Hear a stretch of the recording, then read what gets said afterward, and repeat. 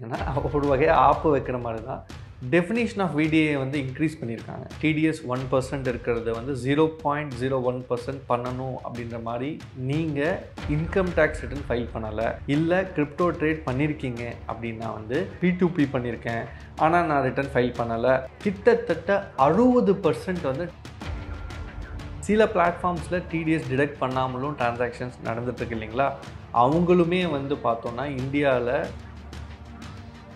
April 2026 நீ யார் உங்கள் பிளாட்ஃபார்மில் என்னென்ன டிரான்சாக்ஷன்ஸ் பண்ணியிருக்காங்க அப்படின்றது வந்து இன்ஃபர்மேஷன் எங்களுக்கு கொடுக்கணும். இந்த பட்ஜெட்லேயே தெரியுது கவர்மெண்ட் நம்ம வந்து டேக்ஸ் ஏதாவது கம்மி பண்ணுவாங்கன்னு எக்ஸ்பெக்ட் பண்ணால் இன்னும் ஸ்ட்ரிஞ்சன்ட் தான் பண்ணியிருக்காங்க.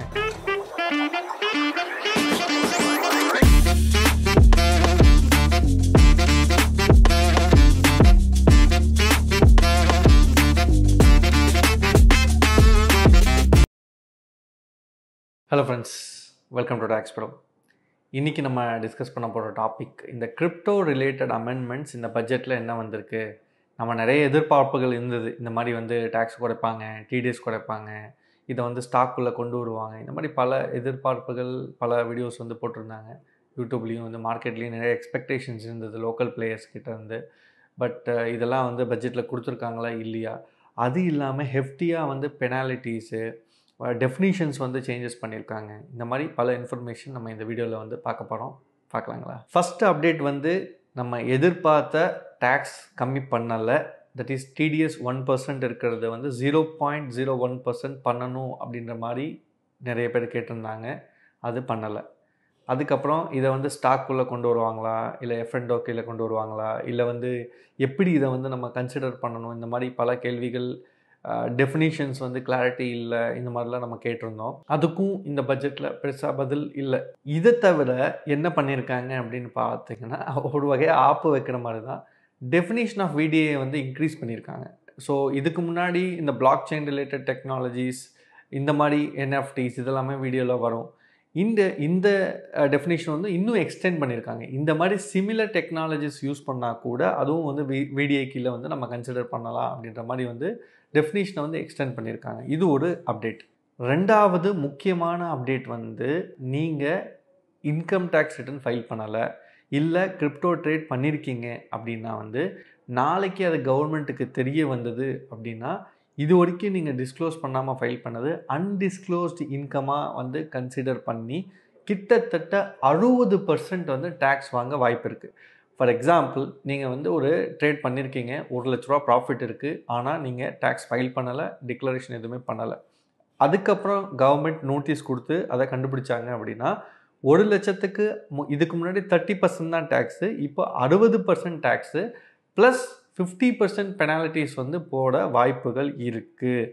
ஸோ இதுலேருந்து நம்ம தெரிஞ்சுக்க வேண்டியது என்னென்னா, நீங்கள் பேங்க்கில் நிறைய ட்ரான்சாக்ஷன் பண்ணியிருக்கேன், பைனான்ஸில் பண்ணியிருக்கேன், இந்தியன் எக்ஸ்சேஞ்சஸில் பண்ணியிருக்கேன், ஃபாரின் எக்ஸ்சேஞ்சஸில் பண்ணியிருக்கேன், இல்லை ஃபாரெக்ஸ் ட்ரேடிங் பண்ணியிருக்கேன், அது எல்லாமே நான் வந்து பேங்க் மூலிமா கொண்டு வந்திருக்கேன், P2P பண்ணியிருக்கேன், ஆனால் நான் ரிட்டர்ன் ஃபைல் பண்ணலை அப்படின்னும்போது நீங்கள் ஹை ரிஸ்க் கேட்டகரிஸில் இருக்கீங்க. நான் நிறைய வீடியோஸில் சொல்லியிருக்கேன், இன்றைக்கி நம்மக்கிட்ட இன்ஃப்ராஸ்ட்ரக்சர் இல்லாமல் இருக்கலாம், கவர்மெண்ட் கொஞ்சம் கொஞ்சமாக இன்ஃப்ராஸ்ட்ரக்சர் அதை ஏற்றுக்கிட்டு இன்க்ரீஸ் பண்ணிக்கிட்டு இந்த மாதிரி நோட்டீஸை ஸ்டார்ட் பண்ணும்.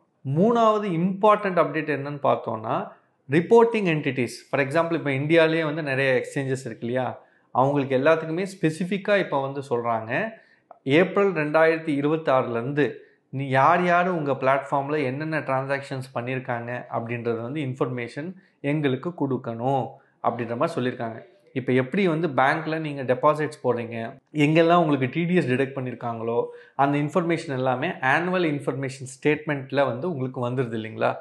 அதே மாதிரி இந்தியாவில் டீல் பண்ணுற எல்லா கிரிப்டோ எக்ஸ்சேஞ்சஸாக இருக்கட்டும், இல்லை எனிவன் ரிலேட்டட் டு கிரிப்டோ இந்த டீல் பண்ணுற என்டிட்டிஸாக இருக்கட்டும், அவங்க எல்லாமே வந்து பார்த்தோன்னா கவர்மெண்ட்டுக்கு டிக்ளேர் பண்ணணும். ஃபார் எக்ஸாம்பிள், நீங்கள் வந்து ஏதாவது ஒரு இந்தியன் பிளாட்ஃபார்மில் போய்ட்டு பர்ச்சேஸ் பண்ணியிருக்கீங்க, சேல் பண்ணியிருக்கீங்க, இப்போ ஆல்ரெடி வந்து ட்ராக் பண்ணுறதுக்கு 1% டிடிஎஸ் வந்து டிடெக்ட் பண்ணி பண்ணுறாங்க.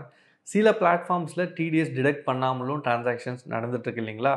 அவங்களுமே வந்து பார்த்தோன்னா இந்தியாவில் அவங்க இந்த எஃப்யூஐ, இப்போ ஃபார் எக்ஸாம்பிள் பைனான்ஸை எடுத்துக்கோங்க, அவங்களுக்கு டிடிஎஸ் எதுவும் டிடெக்ட் பண்ணுறது கிடையாது.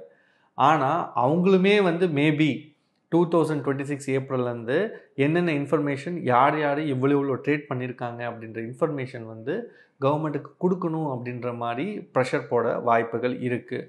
ஸோ இது மூலியமாக நீங்கள் என்ன தெரிஞ்சுக்கணுன்னா, நான் பெனான்ஸில் பண்ணியிருக்கேன், எந்த வித பிரச்சனையும் இல்லை அப்படின்ற மாதிரி நினச்சிட்ருப்பீங்க இல்லையா, அவங்களுக்கு எல்லாமே வந்து ஒரு ஆப்பு தான்.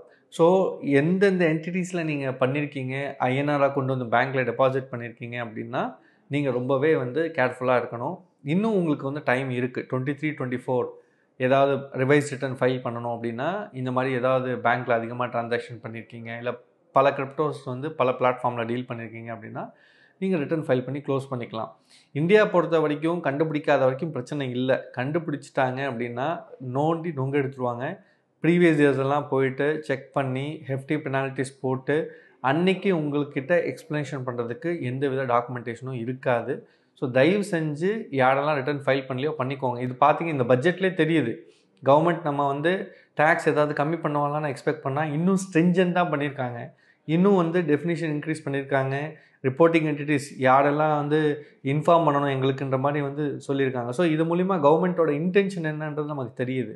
ஸோ ரொம்ப ஹார்ஷாக ஸ்ட்ரிக்டாக தான் வந்து அவங்களோட பார்வைன்றது இருக்குது இன்னுமே. அது இல்லாமல் நிறைய ஸ்கேம்ஸ் எல்லாம் நடக்கிறதுனால அவங்களுக்குமே இப்போதைக்கு இன்ஃப்ராஸ்ட்ரக்சர் இல்லாததுனால இந்த மாதிரி நிறைய ஹார்ஷான ஸ்டெப்ஸ் எடுத்துருக்கிறதா நம்ம வந்து நினச்சிக்கலாம். ஈவன் ஐ வாஸ் எக்ஸ்பெக்டிங், நான் ப்ரீவியஸ் வீடியோலையும் வந்து நான் சொல்லியிருப்பேன், அட்லீஸ்ட் டேக்ஸ் கொடுக்காட்டியும் இவங்க வந்து ப்ராடர் டெஃபினிஷன்ஸ் இன்க்ளூட் பண்ணியிருக்கலாம் அப்படின்றத கேட்டிருக்கலாம். அதுவுமே வந்து கம்மியாக தான் கொடுத்துருக்காங்க டெஃபினிஷன்ஸ் எல்லாமே. ஸோ இந்த 3 அப்டேட்டு தான். பாயிண்ட் நம்பர் 1 எந்த வித டேக்ஸ் சேஞ்சஸும் கிடையாது. Point number 2 VDA definition increase பண்ணியிருக்காங்க. பாயிண்ட் நம்பர் 3 ரிப்போர்ட்டிங் என்டிட்டிஸ் வந்து அவங்க வந்து ரிப்போர்ட் பண்ண போகிறாங்க ஏப்ரல் 26லேருந்து. அதே மாதிரி point number 4 concealment of income கீழே வந்து இதை அன்டிஸ்க்ளோஸ் இன்கம் கீழே கொண்டு வர்றாங்க.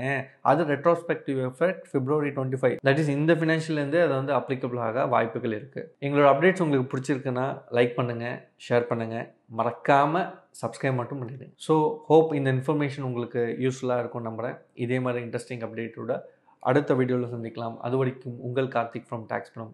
தேங்க்யூ.